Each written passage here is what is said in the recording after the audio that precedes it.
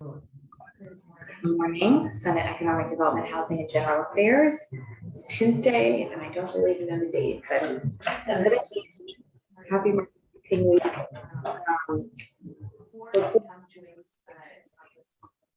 About economy. I do just want to say, I apologize. We actually look at a piece of the budget around this new index that the governor is proposing that would determine who gets a piece of a $3 million fund or what's left of fund for economic development and prioritization. And this is a pretty new index that Senate Appropriations for Labor to back on that introduce an entirely new way of looking at fund distribution, and that the only time we could get the administration in to talk to us about that this week is 8:30 tomorrow morning. So Randy, Senator Brock, you could zoom in if you want as you drive in. Okay. Okay. So we're gonna have to eat into 8:30 sometimes. But it's, I don't know what else we have to hear. And I need to leave for e-board at 11 tomorrow or today. Today. No, that's not on the evacuation. True. That's true. Not on the evacuation. Oh, right.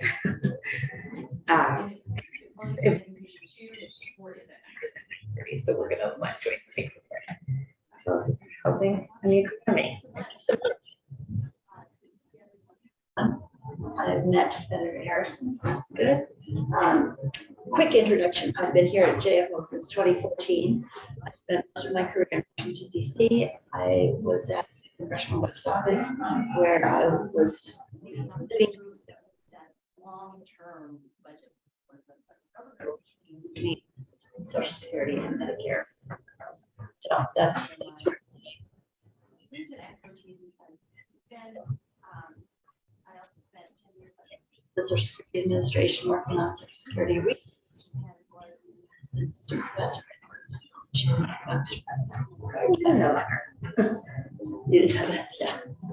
So my job today is to talk to you about housing in Vermont's economy, and I'd like to give an overview.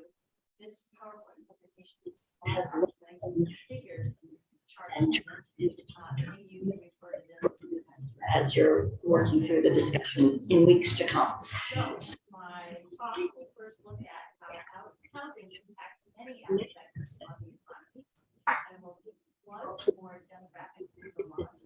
I just issued a new issue on that topic, so I'll talk a little bit about that. Then we'll move into characteristics of the housing market in Vermont and finish up with some considerations.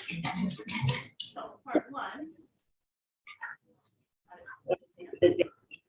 I'm on slide 4 now. Housing impacts many aspects of the economy. Yes. So just to remind you that we're not just talking about a roof over your head. Very much influences the workforce, not only the housing construction workforce, but also of work in the state. Of course, construction it influences the amount of economic activity. Also, services for housing. So all the things that happen in your house, from heating to everything that goes on to the house. Absolutely.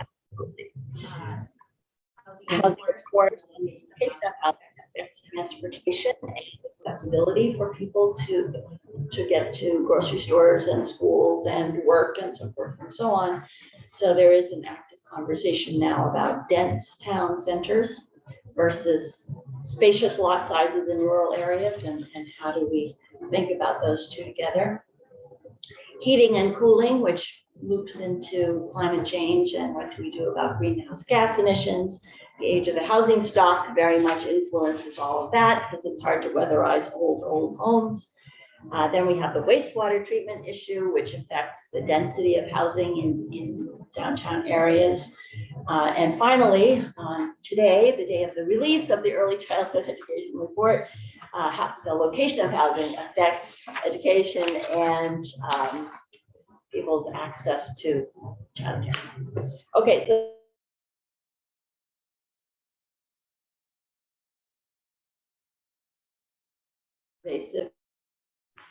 just to give you a picture of home building in the state, you can see on slide 5. Here's the estimated average annual increase in the occupied Vermont housing stock.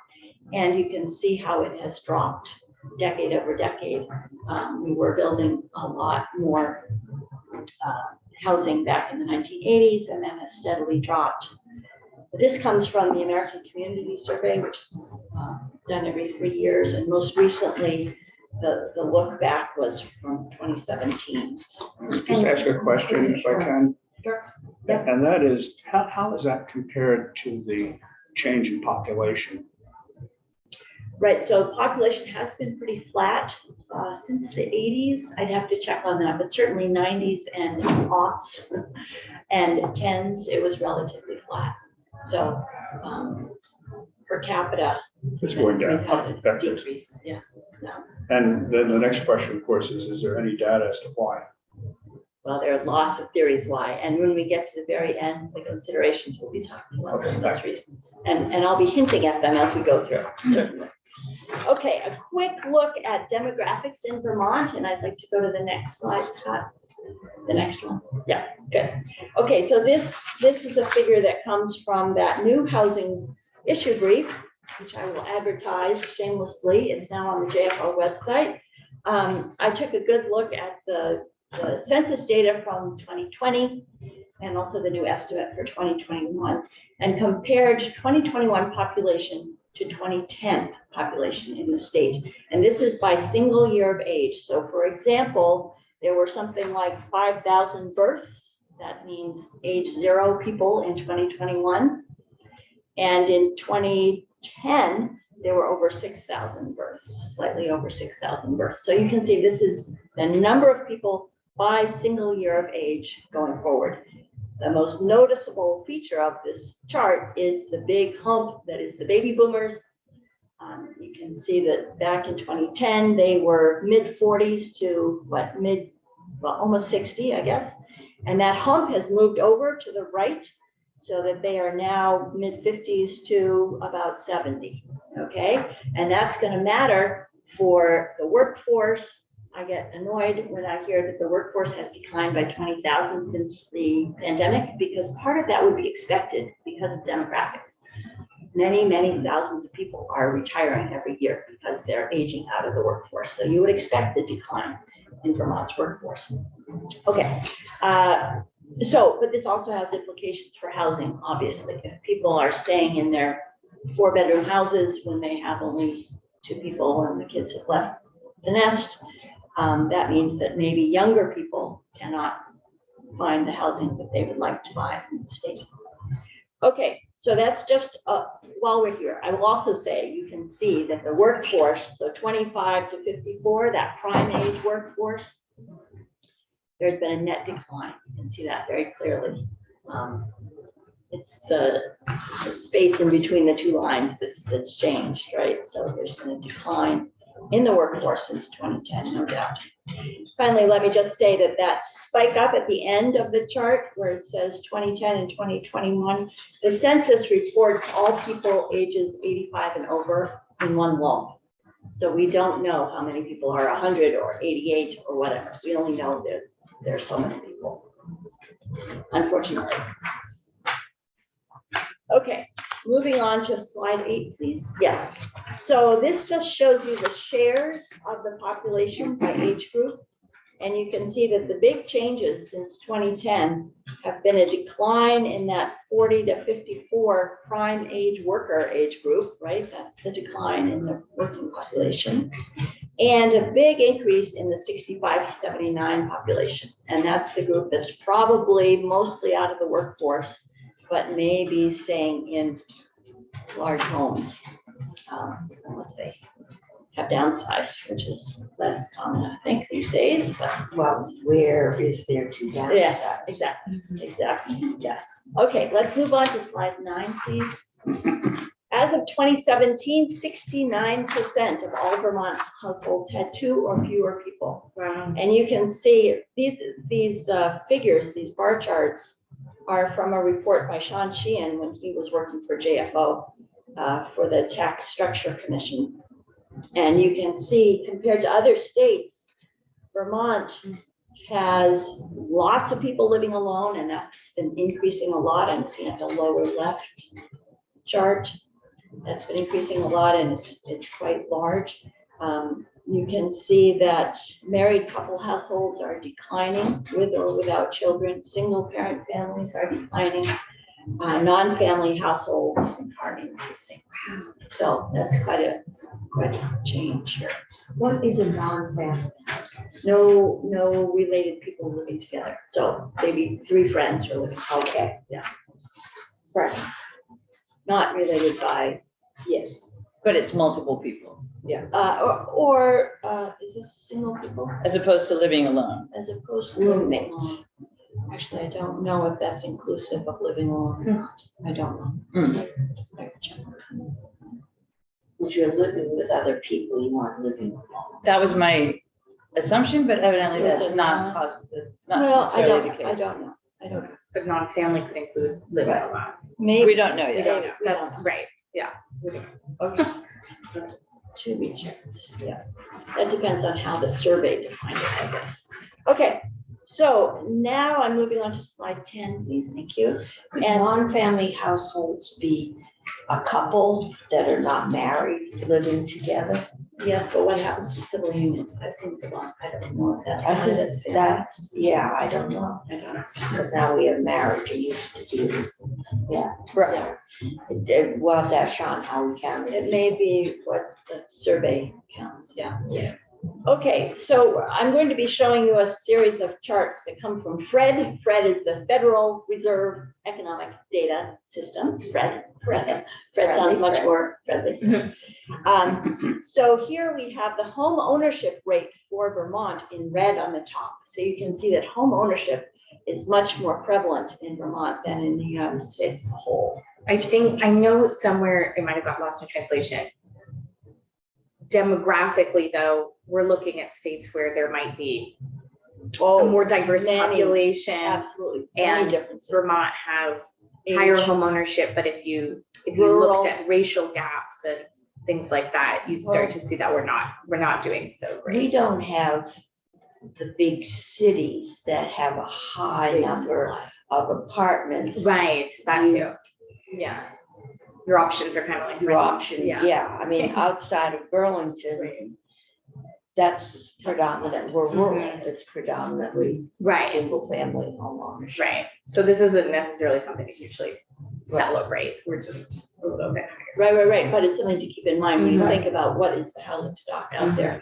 The next slide, slide 11, will show you the average size of owner and rental households as of 2017. And you can see, again, I'm comparing Vermont to other nearby states and the country as a whole. And you can see the average size of renter households is very small in Vermont, just over 2 people, similar to Maine, actually. The average size of owner occupied housing is relatively small in Vermont. Vermont and Maine tend to be on the smaller side. So it is a different kind of market, probably in large part because we are so rural. Okay, I'm now going to move on to characteristics of the housing market. So this is sort of interesting. I'm looking at the pie chart on the left, which comes again from the survey. And I need to mention at this point, the survey is probably 2 or 3% of people in Vermont. So it is a sample. And the exact results are not accurate, right? There's some margin of error around them. So this looks like a very clean pie chart, and that looks like exactly 16% of housing units in Vermont are seasonal units. I don't think we can know that for sure, because when Grant Campbell from our office looked at this very closely back in March, he was looking at grant list data, which is the complete counting of all housing units in the state. And when you look at Grand List data, it's impossible to tell what's commercial, what is second home, what is outside the homestead. You know, there are many categories. And what's seasonal, is that Yeah. And what's un- seasonal, right? Right. Unoccupied. or uninsulated, Yeah. or with an outhouse, and there are some of those. Right. And I'm curious, do we know if seasonal means it can't be occupied all year, or we So- don't know that? Seasonal in the survey says, is your home owner occupied, rental, seasonal, blah, blah, blah. So it's in the mind of Okay. the person who answers the survey. So all the camps on Lake Carmi are seasonal. I would say they are seasonal. Yeah. Could there be someone living there year round? In Oh, which yeah. case they would say it's primary, right? They There's would quite a say- few people living out in Maple Corners, in houses that used to be seasonal. Uh-huh, uh-huh. So how did the occupier answer the survey? Yeah. Right. So when the New York Times says we have 24% Where did they, vacancy in terms of people living there less than where did 6 they get months, the data? we don't know. Right. We don't have matching Right. information. Very hard to tell. And rental and seasonal probably overlap, if it's, because Very much they, good. yeah. Sure. Right. Yes. But vacant, does that vacant mean it's not occupied, or does it mean it's not owned, or someone's not living there at all? Right, Which so my husband always gets on my case, like, what do you mean by vacant, So, versus unoccupied? where is the data coming from? Yeah. How So if the vacant is data, Right, if the data are coming from the census, which is as of April 1st yeah. of 2020, right, on that date, what is the status of this building, Okay, right? That's one answer. It's probably Okay. vacant if it's seasonal and rental and all of that. But if it's a survey and the survey is conducted between March and August, Mhm. it may be when the person is answering the question, how do they view that housing site, Right. right? Do they view it as seasonal or rental or vacant or whatever? So I'm just saying, be Yeah, careful right. about the data. Yeah. There's a lot more unvacant housing on many of our ponds and lakes in July and August than there are in Correct. April. Absolutely, absolutely. All right, I'm on slide 14, thank you. What about the age of the housing stock? So again, this is from the American Community Survey, so this is survey data. But we see that as of 2017, just over a quarter of the housing units were built prior to 1940, okay? So this is, we're on slide 14.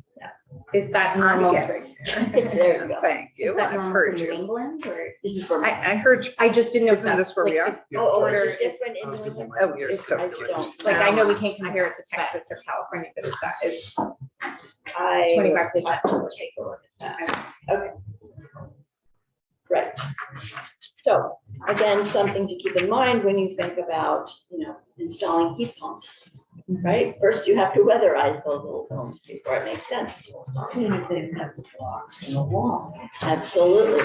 The vents. Or if you have a masonry house like mine, Ah, you can't do anything with that. okay. Okay, what about the housing market that's for sale? So I'm on slide 15. What housing market that's for sale? Yes, so this is housing Well, there's some. inventory, active listings. So we've gone from almost 8,000 back in 2016, July of 2016, down to what, about 1,200, 1,300 in November of 2022. So a big drop downward. There are lots of factors here. Mortgage rates have gone up, clearly, prices have gone up, Okay, but clearly. where are you, Yeah, exactly. because are you getting it as listed with realtors? This is Realtor.com sources down. Okay, Realtor.com gets everybody now, I think. I think so. If you sell your own on Zillow. Because there's very few realtor signs around.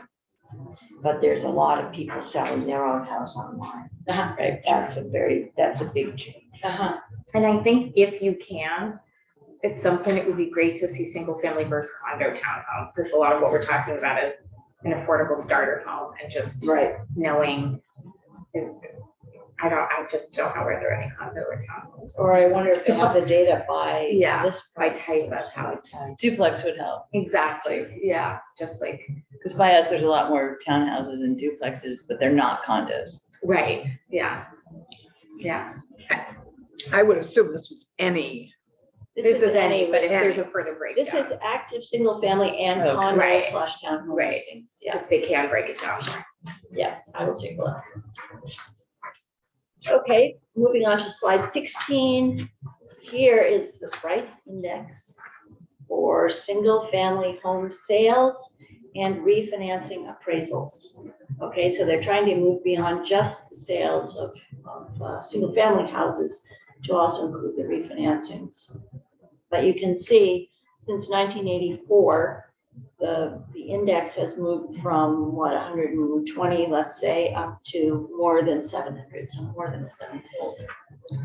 It would be interesting to have a chart that charted wages at the same time. Yeah. Real wages, yeah. Yeah, because if real wages are going up at the same Right. approximate rate, they're that's not. one thing. If they're well below, I'm quite sure they're not. Right, right.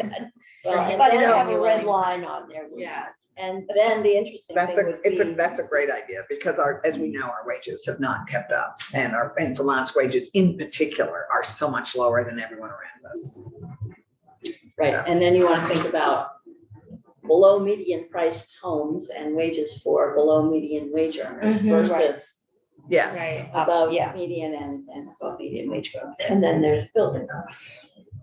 Yes, which have also been going kerfluey. And Okay, For some time. I'd just be curious when the last time we saw a delta like 2020 to 2023. I'm guessing, when was the big housing explosion? The 2000s, right before the. Yeah, just 2008 before the crash. collapse. Yeah. So But there, that there's delta- 2000, you can Right. see the Big, From what we like, see on this chart, there is no delta like 2020 onward. There's nothing that compares to that big of a jump. In a compressed period of time. Yeah. and that's because that looks a lot more level than some of the well, maybe it's sales or prices. Uh-huh. Because when you look at the real estate market, That's it's true. There's not much more spiky. Yeah, Yeah, It crashed right. when the exotic mortgages all crashed. Yeah, but that we have an unprecedented Yeah. speed Oh, of yeah. growth Unless here there's something Oh, in yeah. history between, like that. in 2 Right. years. I mean, we haven't seen anything like that. No. But we haven't, give it 5 years. Yeah, and so I will follow. We will follow. Yeah. I think it's only gonna keep going up. As we become a place people want to be and want to retreat to and. And we are building, so. Right. And we're Housing's not been building scarce. enough. Yeah. We're building, but we're not building enough. The supply This is side. a really helpful chart. Yeah. I like that it includes the appraisals too. Mhm. yeah. Thank you.